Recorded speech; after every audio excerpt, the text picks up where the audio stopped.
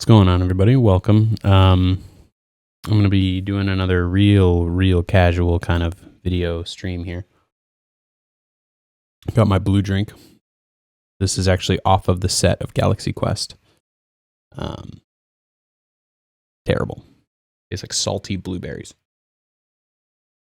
I am working on a draft right now for an artist by the name of Alex Stickles. You should check him out. His music is on Spotify. He is very talented. He has just produced an entire album that is really good. I mean, I really like a lot of the music coming off of it. We shot a bunch of videos last summer, and now I'm putting together all the videos. This is one that it's an instrumental. There's no singing or anything, and it's really kind of vibes. Now, you won't be able to hear it, unfortunately, because of it is I'm on a Mac, so I can't record the desktop audio without a bunch of nonsense. There's a plugin for it, but I found that plugin to be a real pain in the butt for other audio workflows that I use for this computer, so I just choose not to use it. But the other reason why is because, frankly, it hasn't been released or I have not been given permission to show the song or the video in its entirety, so you won't be seeing either of those things here. However, I'm just going to share this process because I got some notes back from him on this draft, and I'm going to just be making some alterations, so it's not really even anything heavy. But, again, I'm just trying to consolidate my time because, frankly, I'm very addicted to Littlewood right now. And I just want to get all my work done tonight so that I can go play Littlewood. Now, the other thing is that this laptop, this Mac in particular that I'm using, is a little bit outdated. So it sounds like a jet engine right now. It's working overtime trying to run the audio from this microphone as well as the visuals from this camera and capture the display while also editing because I have a lot of effects on here. If I just break it down for you, this is the shot. This actually isn't the shot. Let me show you the one that's pretty edited. I'm also doing something else for you, which is I'm editing on one single screen. Normally I have three different screens that I use for editing, so it's very confined for me, so you can thank me later. This is a time lapse that we shot here on the left, that you can see it there. This is just the raw time lapse. But then I took it into After Effects and put some stuff on it so it looks like an old... basically, the vibe that I wanted to go for with it was to make it look like you're shuffling through pictures really quickly, like a really old display or projector. You know, the ones that have the big circles that you click through them. That's kind of the sort of inspiration for it. So I slowed it way down, put some effects on it, but then when I put it in here, Premiere. So here it is then, and then I threw some additional effects on here just to kind of, again, give it that old camera or that, kind of old 16 millimeter vibe. His sort of direction, I was trying to put more energy into this song just because I was trying to fit it, I think, a little bit better in with some of the other songs that we have coming off of the album, the other videos that are going to be on there. But to, I think, his very correct credit, he says, if I can almost verbatim quote him, was that I'm cool with this just sort of living as a YouTube visual for a song, like background. And I love that. I think that's an absolutely fantastic approach. So I'm going to go through. I have some shots over the face here. So like you'll see there's a plane that comes into effect here. You can see, oh wait, where is it? I think it comes in right here. You have a whole scenic scape of a skyline. So I'm going to take that out. There's also some windmills right here over his eyes. Let me see if I can stop it. Again, the bit rate is really slow because my computer is just working the most overtime. You can kind of see it here. So yeah, there you go. There's a windmill right there. in the background that's over his face. So those are just some things that I was just trying to put over it to, for the lack of a more appropriate word, make it more exciting to view. That being said, I don't necessarily think it needs these shots. There's a couple, like here, there's a kind of a party dancing going on over the top of it. So anyways, we're going to get rid of all that. So what I'm going to do here is duplicate this sequence, because essentially I want to make another copy of it. We'll call it V2, even though this is like V6, because I've done so many different versions of this that I haven't shown him, because I was really back and forth on how I wanted this to look. So we're going to duplicate it. And the reason for that is if for any reason he looks back and he goes, you know what, never mind, I like the way you had it. I don't have to go re-edit everything. I can just be like, oh, here we go. Boom, here's the old version. Boom, here's the new version, right? And all that's doing pretty much on the computer side is telling it to duplicate the project. So that's something about digital editing, is I'm not actually editing the footage. Your timeline is just the computer referencing different time marks on the file, if that makes sense. So when you're playing through it, the computer's quickly going, okay, clip 4, we're going to play 2 seconds to 6 seconds. Okay, now clip 6, we're going to play 2 seconds. So when you edit the thing, all you're doing is editing that computer's little time mark. You're not actually editing the footage. It's called non-destructive editing.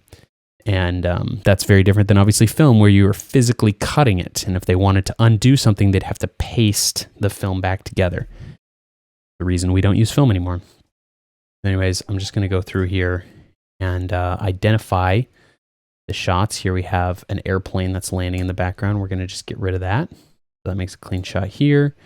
We have the windmills. We're going to get rid of those. We have this skyline. We're going to get rid of that. So we're just restoring everything to its original sort of thing. And the vibe of this song, I did some listening to it one night, just on repeat as I was driving in the car, and it's such a great kind of song to get lost to. Like, it gives me such late night drive vibes. I'd like to know what this shot is exactly, so we're going to I'm going to mute this video track and see. Okay, so that's just the 8mm. Let's go in and see what this is. If I mute that, okay, there is. So that's one that we want to get rid of. Bring that video footage back. Going through, we're going to get rid of that one. We're going to get rid of this one. Him playing piano. He has such an so a little backstory. And Alex, if you're watching this, he's a really cool guy, so I don't imagine he'd get mad. But I'm revealing some sausage making here. He's a full-time musician, and he plays on, primarily right now, he plays on cruise ships. So he plays in like a cruise ship band or a cruise ship show kind of a thing. He's very multi-talented. He plays guitar, drums. He was the producer of a lot of the music on Chaos and Kindness when I worked on that TV show. That's how I know him. And he's just a really talented guy, and he's really motivated. I have to say, I think he's really motivated, and he's got a really good sense of what he's trying to say with his music and with his art. So anytime people, I always say that I have so much respect for any artist, whether they're good or bad is irrelevant to me. It's if they're really grinding, if they're really going for it. So, like you might remember, there's this guy Jordan years back, and he was a hip hop, like a rap artist, and a lot of people just found him really cringy. I made like a whole series of videos on him, and he was definitely going for like a character. But the thing that made me continue to work with him was, even though, a lot of people just really found his music to be terrible. And I think he only found his voice, in my opinion, at the very end of his career. He now has retired from music. But I think he really found his voice right at the end, and then he quit. But anyways, he got so much backlash in the videos that I made about him. I did an interview with him. And while I understand that backlash, the thing that gave me so much respect for him is that he just kept going. He just kept trying, kept grinding it out. And I just have such respect for people who who have that kind of motivation, just keep going. I think that's obviously a reflection on myself in terms of, you know, I'm a working artist who is relies on my art to finance me and to make me a living. So obviously, if I'm not supporting hardworking artists, then what am I doing? You know what I'm saying? So, anyways, we did a lot of cool kind of drone shots and stuff down a road. This is a drone shot that sort of mimics the view of a car. We have some light leaks in here, and then it's just kind of bounces around to this time lapse. And I think so much of the album, my interpretation of it, you know, without sort of giving too much away, because again, I don't know how much this he has to release, so I don't want to overstep my boundaries here. But there's a lot of reflection about his life. And the thing I was saying about the cruise ship, he obviously travels a lot. He goes to a lot of different places, so it's kind of reflection on all of his traveling and all this life experience, and you know, a hardship he went through, and sort of his, you know, memory and the anchor of that memory in his life and where that stands, as he is such a nomadic person. And anyway, so this video, or this song, my interpretation of it, again, my sort of inspiration that I'm finding from it, is that this is something that you would be listening to and reflecting on your life. You know, you're reflecting on all these moments and these places you've been. And I think obviously driving in a car is a good sort of representation of how you often feel as you're going through life, you know? One thing I'm going to identify right here in this shot, so I'll bounce it over here. And this is a drone shot, but you'll see here, I don't know what the bit rate, again, like I said, is going to be on these, but the drone doesn't quite get up to speed until right there. And I'm not a fan of that, because it to me, it makes it very obvious that that's a drone, and I don't like that. So I'm going to cut this. Let's identify here where there's no effects, where it gets up to speed. I'm going to say right when that sunbeam hits it. So we'll go to right up to about, we'll do it a couple frames before, go right about there. And I'm just going to cut that. And I know that that's a long drone shot, that I like the rest of it, but I'm just going to pull that back a little bit. I have to edit so slow because my computer is just so slow right now. We'll see how that looks. That might be a little better. I still feel it. It's still a little bit chunky, like right there. I'm going to bring it just a couple more frames back, and we'll extend it. See. Yeah, that's much better. And I like how it comes into the car and you get the wisping of the grass underneath it here. You can't hear the music, so I'm singing it for you. I'm interpreting. The way I'm singing it sounds so much better than the actual track. It's hard for me because I am such an auditory person when it comes to editing. And I feel like it's hard for me to know, so I'm going to mute all of this. We're just going to deal with the raw footage because I just want to focus on the cut. So I'm afraid that the computer is getting a little bogged down, so I'm not actually, the music and the timing of the cut are going to be slightly off because it's loading. So yeah, so that feels fine. That feels crisp. So let's put all the effects back on here. And we'll just watch it for visuals, and we'll just assume the edit's crisp.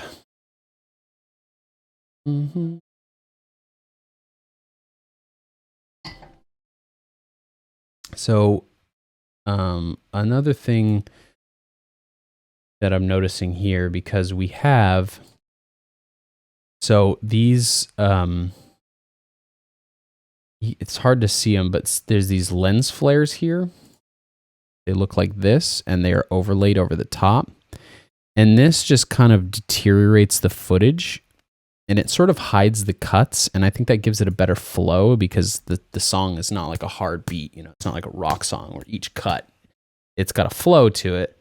So I want to sort of hide some of these big, harsh cuts, specifically between the drone shots and the actual interior of the car. So like this one I'm fine with because see the sun blows it out, so it kind of acts as its own natural lens flare, and then the cut.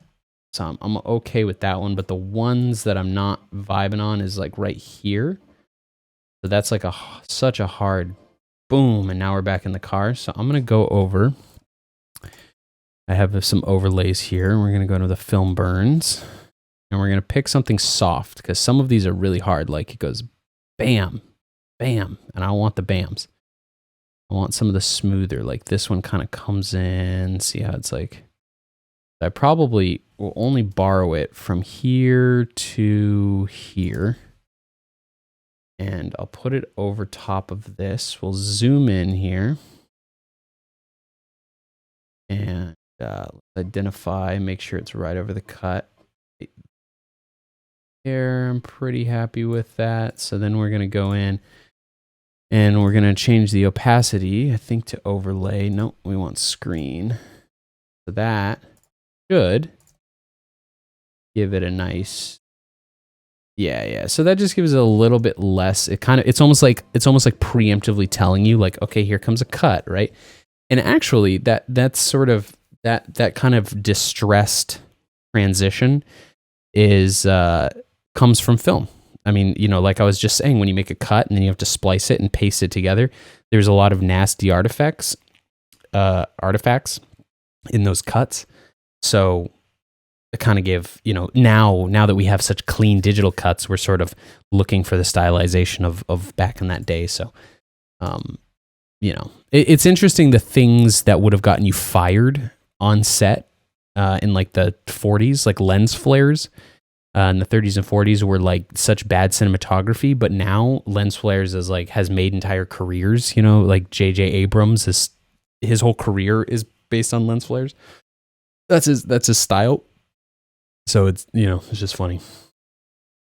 So that makes it a little bit cleaner, smoother. Again, we have another pretty hard cut here where it goes boom to that. So I'm going to go in and we're going to try to see if we can just find another little soft burn here. Like I kind of like from maybe there. Let's see. Is there light? How big is the light here? Because I might be able to sort of, yeah. So I'm going to cheat it because this one's such a hard, it goes from black to white, but I'm going to come in just a little bit where it starts to yellow up and it begins to kind of match the texture that we're seeing over here in the window. So we can kind of pretend for a second that that's some natural light that's going to be hitting the camera soon. So let's see, it might not work, but we're going to try it. We'll put it over. We'll kind of figure out, okay, there. Let's change the opacity. So yeah, screen. And because I want this effect to blend in with the rest of the video, and I didn't do this with this one, but I'm going to take these and I'm going to drag them. So these are the effects. I'm going to drag them underneath all of the effects there. So you can see that before it's, oh, I'm pointing with my fingers.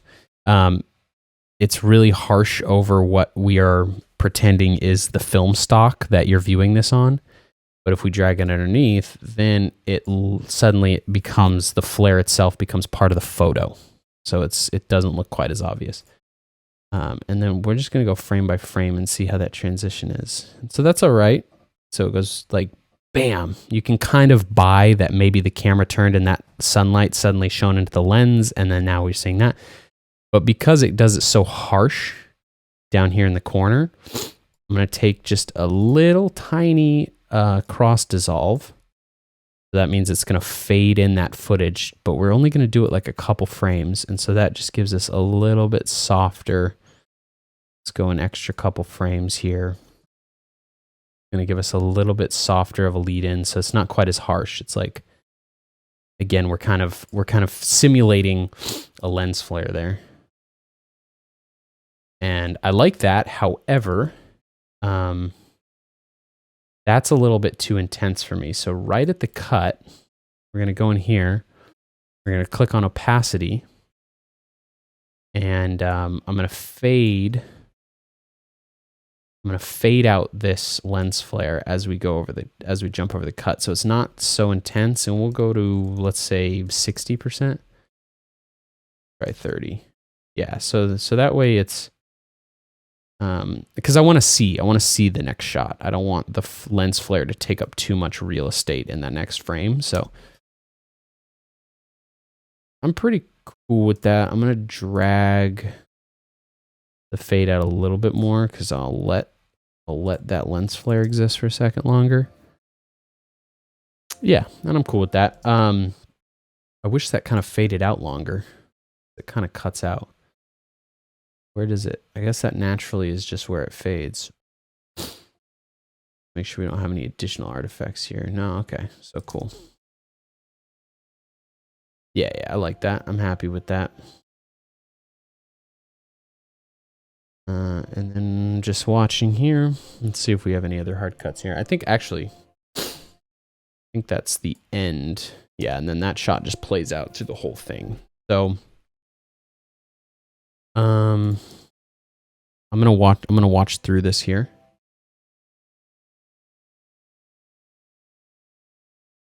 And just see.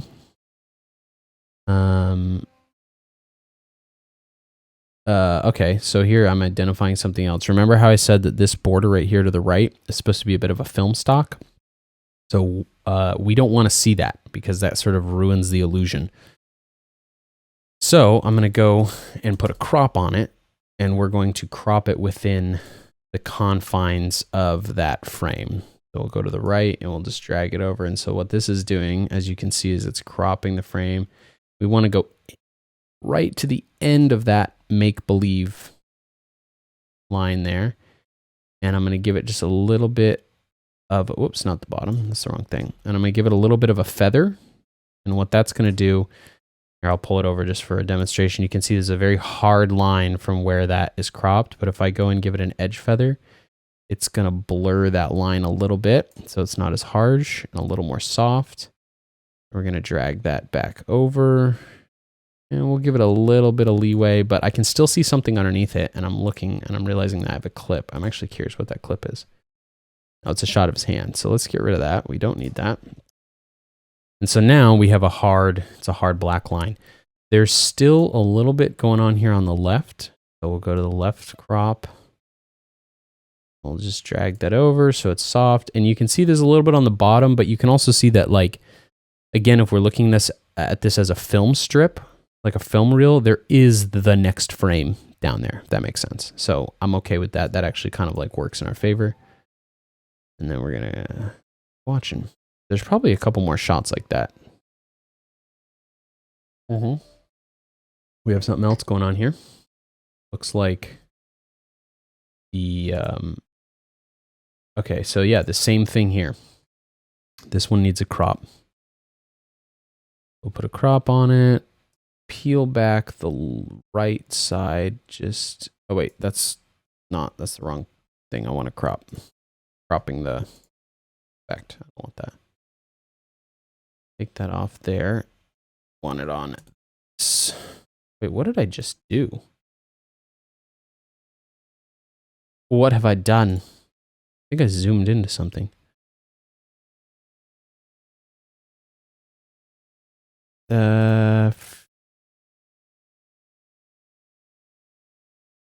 Hold on. What did I just do? Okay. Oh, I'm so dumb. I just have a different, doesn't even matter. It's not worth explaining. All right. So anyways, back to what we're doing. Drop that crop on there. We have two of them. I don't know how that happened. Computer be tripping. And we'll go over to the left and same thing. We're going to drag this right behind there because see how it bleeds? We don't want it to bleed. We want it to be right at the edge of the line. Then we'll go to the right and right to the edge of the line. That should be good. And we have that problem in the next frame. However, I can just copy this crop effect, drop it.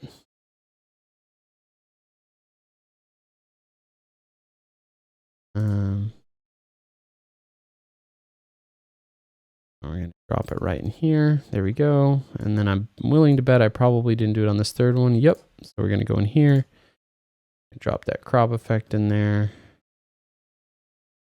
And it's still not doing it because it's a zoomed in shot. So let's manually adjust it right there. I don't want to show any white. I'd rather it bleed underneath the frame than to show white on the edge. And cool. Everything else looks good so far. Something's missing. I deleted something here. This is millimeter grain. Okay, so I have some inconsistencies.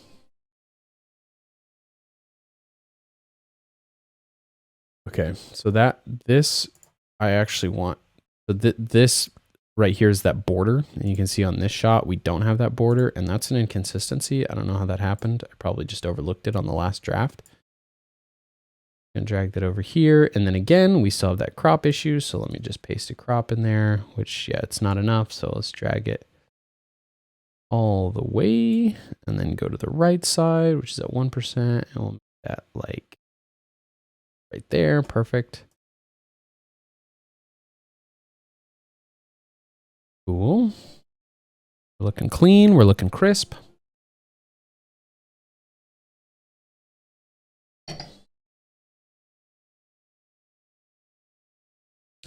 And you know, okay, this is something I'm sort of miffed, or what's the word?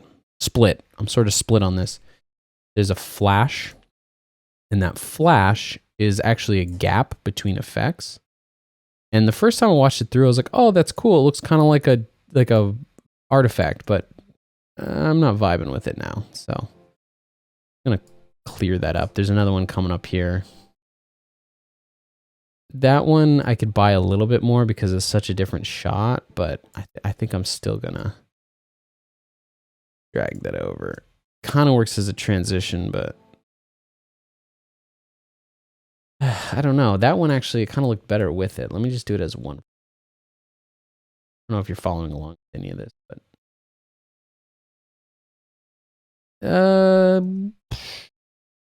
you know what I think would be a better move there is let's go down to where this, so this shot is only exists for just a second before it switches to that shot. So let's cut here.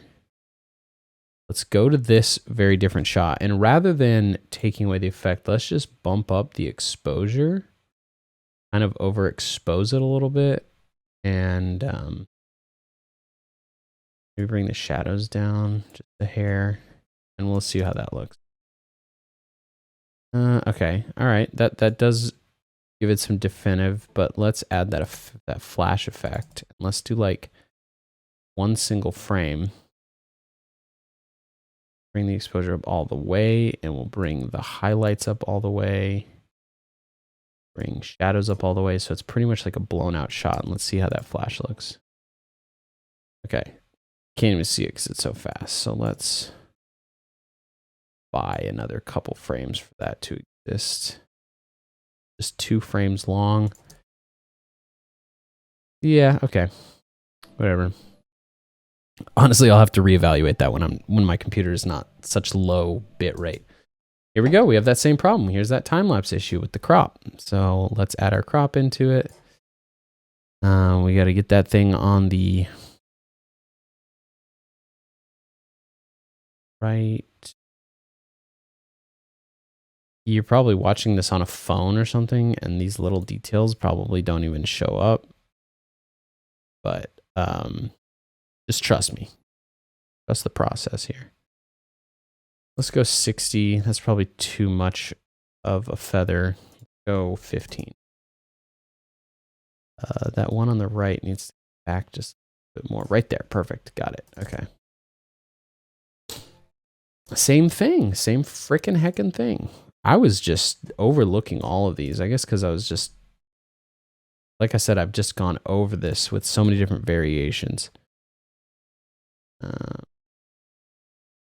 Right. Boom. Okay, cool.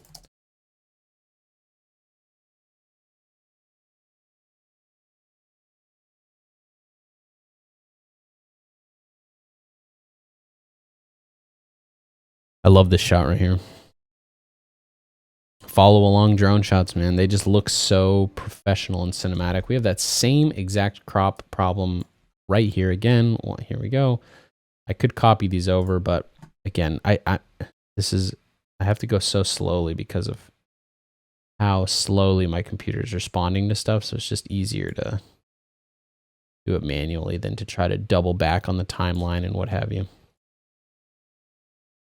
Okay. That one's good. No, it's not. That one has the same heckin' issue. It just ruins the illusion of that this is some kind of a that we're watching some sort of film stock here. So go over and then right, bleed that through, and just because I can see it a little bit on the left still, I'm going to give it a 15% feather, soften that edge, and then that's it. So anyways, we're at 30 minutes now of me jib-jabbing and working on this, which is probably enough for a daily. I'm going to go through and tweak a couple other things and watch this a little more thoroughly. I might change a couple shots, but I don't want to do that when the bit rate's so slow. And also, I just won't be talking. I'll be focusing on this. I hope this was interesting to anybody. If it was, I'd like to do more of this, to be honest, because it's just sometimes kind of fun just to talk through what I'm doing rather than just existing in my head while I'm working.